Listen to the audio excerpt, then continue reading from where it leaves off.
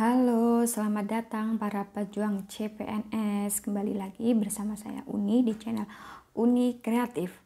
Kali ini saya akan membahas tentang SKB Guru IPS SMP ya, terutama untuk 70 soal dan pembahasan profesional IPS part 1. Baik, langsung saja dengan soalnya. 1. Tenaga endogen dapat dibagi menjadi A.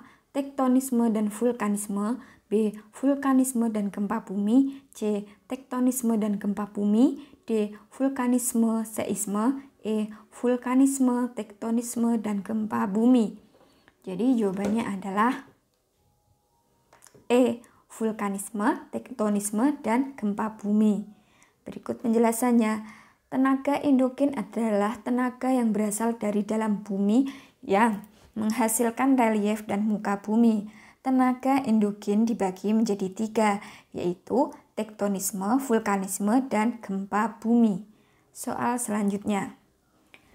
Secara geologis, wilayah Indonesia bagian barat disebut A. Paparan Sumatera, B. Paparan Sahul, C. Pegunungan Mediterania, D. Pegunungan Sirkumpasifik, E. Paparan Jawa.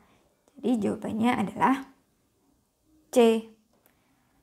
Pegunungan Mediterania. Berikut penjelasannya. Letak geologis adalah letak suatu wilayah dilihat dari jenis batuan yang ada di permukaan bumi. Secara geologis, wilayah Indonesia dilalui 2 jalur pegunungan muda dunia, yaitu Pegunungan Mediterania di sebelah barat dan Pegunungan Mediterania dan Pegunungan Sirkumpasifik di sebelah timur. Jadi untuk sebelah barat itu Mediterania dan sebelah timur itu adalah Pegunungan Sirkumpasifik. Soal selanjutnya. Gunung api yang terdapat di Jawa, Bali, Lombok, dan Sumbawa termasuk ke dalam daerah A.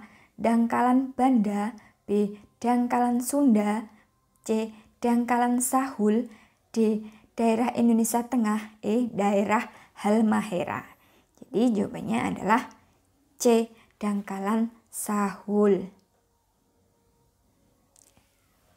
Mohon maaf, jawabannya adalah B. Dangkalan Sunda ya. Berikut penjelasannya. Kepulauan Indonesia dibagi menjadi 3 zona relief besar.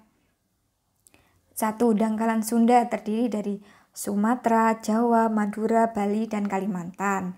2. Dangkalan Sahul terdiri dari Kepulauan Aru, Misol, Pulau Solowati, Irian Jaya, Laut Arafuru. 3. Daerah Indonesia bagian tengah terdiri dari Kepulauan Kai, Aru, Laut Seram, dan Laut Halmahera. Jadi jawabannya itu bukan C tapi B. Dangkalan Sunda. Soal nomor 4. Agama dan kebudayaan Hindu yang berasal dari India masuk ke Indonesia menurut teori kesatria dibawa oleh A. Pedagang, B. Prajurit perang, C. Pendeta, D. Raja dan bangsawan, E. Budak. Jadi jawabannya adalah D. Raja dan bangsawan. Teori kesatria berpendapat bahwa penyebaran kebudayaan Hindu yang dilakukan oleh golongan kesatria yaitu terdiri dari raja dan bangsawan. Soal selanjutnya. Dari berbagai teori tentang masuknya agama dan kebudayaan Hindu ke Indonesia, teori manakah yang paling dianggap paling kuat? A. Brahmana, B. Kesatria, C. Waisa, D. Sudra, E. Arus balik. Jadi jawabannya adalah A. Teori Brahmana. Teori tentang masuknya agama dan kebudayaan Hindu ke Indonesia yang dianggap paling kuat yaitu teori Brahmana. Berikut buktinya. 1. Urusan keagamaan di India dimonopoli oleh kaum Brahmana. 2. Prasasti yang ditemukan di Indonesia berhurufkan Pallava dan berbahasa Sanskerta, yang mana kaum Brahmana lah yang mengerti dan menguasainya. Soal selanjutnya. Agama Buddha masuk ke Indonesia sejak abad ke-2 Masehi dengan bukti adanya penemuan arca Buddha bergaya Amarawati di daerah A. Sumatera, B. Nusa Tenggara, C. Jawa Tengah, D. Jawa Timur, E. Jawa Barat. Jadi jawabannya adalah D. Jawa Timur. Arca budaya bergaya Amarawati ditemukan di Jember. Jawa Timur, sejenis dengan yang ditemukan di daerah Sempaga, Sulawesi. Temuan ini merupakan bukti adanya pengaruh India di Jawa. Soal selanjutnya. Berikut ini merupakan jenis-jenis lembaga sosial kecuali A. Keluarga, B. Lingkungan pergaulan, C. Agama, D. Budaya, E. Politik. Jadi jawabannya adalah B, karena jenis-jenis lembaga sosial terdiri dari keluarga, agama, budaya, pendidikan, dan politik. Soal nomor 8. Agar interaksi sosial dapat berlangsung, maka diperlukan dua syarat, yaitu A. Kontak sosial dan komunikasi, B. Tatap muka individu dengan individu, C. Tatap muka individu dengan kelompok, D. Kontak sosial dan pertemuan, E. Komunikasi dan pembicaraan. Jadi jelas jawabannya adalah A, karena dua syarat terjadinya interaksi sosial itu: satu, adanya kontak sosial, dua, adanya komunikasi. Jadi dua syarat ini harus terpenuhi ketika akan terjadi sebuah interaksi sosial. Soal selanjutnya. Lina bersama adiknya hendak pergi rekreasi. Ayahnya tidak setuju karena ibunya ingin mengajak Lina dan adiknya menengok kakeknya yang sedang sakit.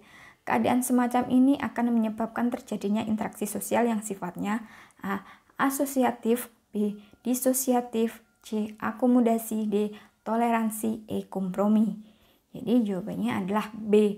Disosiatif. Interaksi sosial disosiatif yaitu bentuk interaksi yang menghasilkan sebuah perpecahan karena memiliki perbedaan kepentingan dalam soal ini. Soal nomor 10.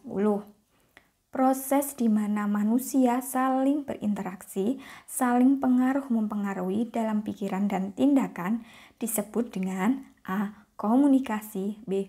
Kontak sekunder, C. Pertemuan, D. Komunikasi sosial, E. Interaksi sosial. Jadi jawabannya adalah E. Interaksi sosial. Interaksi sosial adalah proses di mana orang-orang yang menjalin kontak dan berkomunikasi saling pengaruh-mempengaruhi dalam pikiran dan tindakan. Baik, terima kasih. Teman-teman jangan lupa subscribe dan like. Sampai jumpa di video saya selanjutnya pada part 2 karena masih ada part 3, 4, 5, 6 sampai 7. Terima kasih.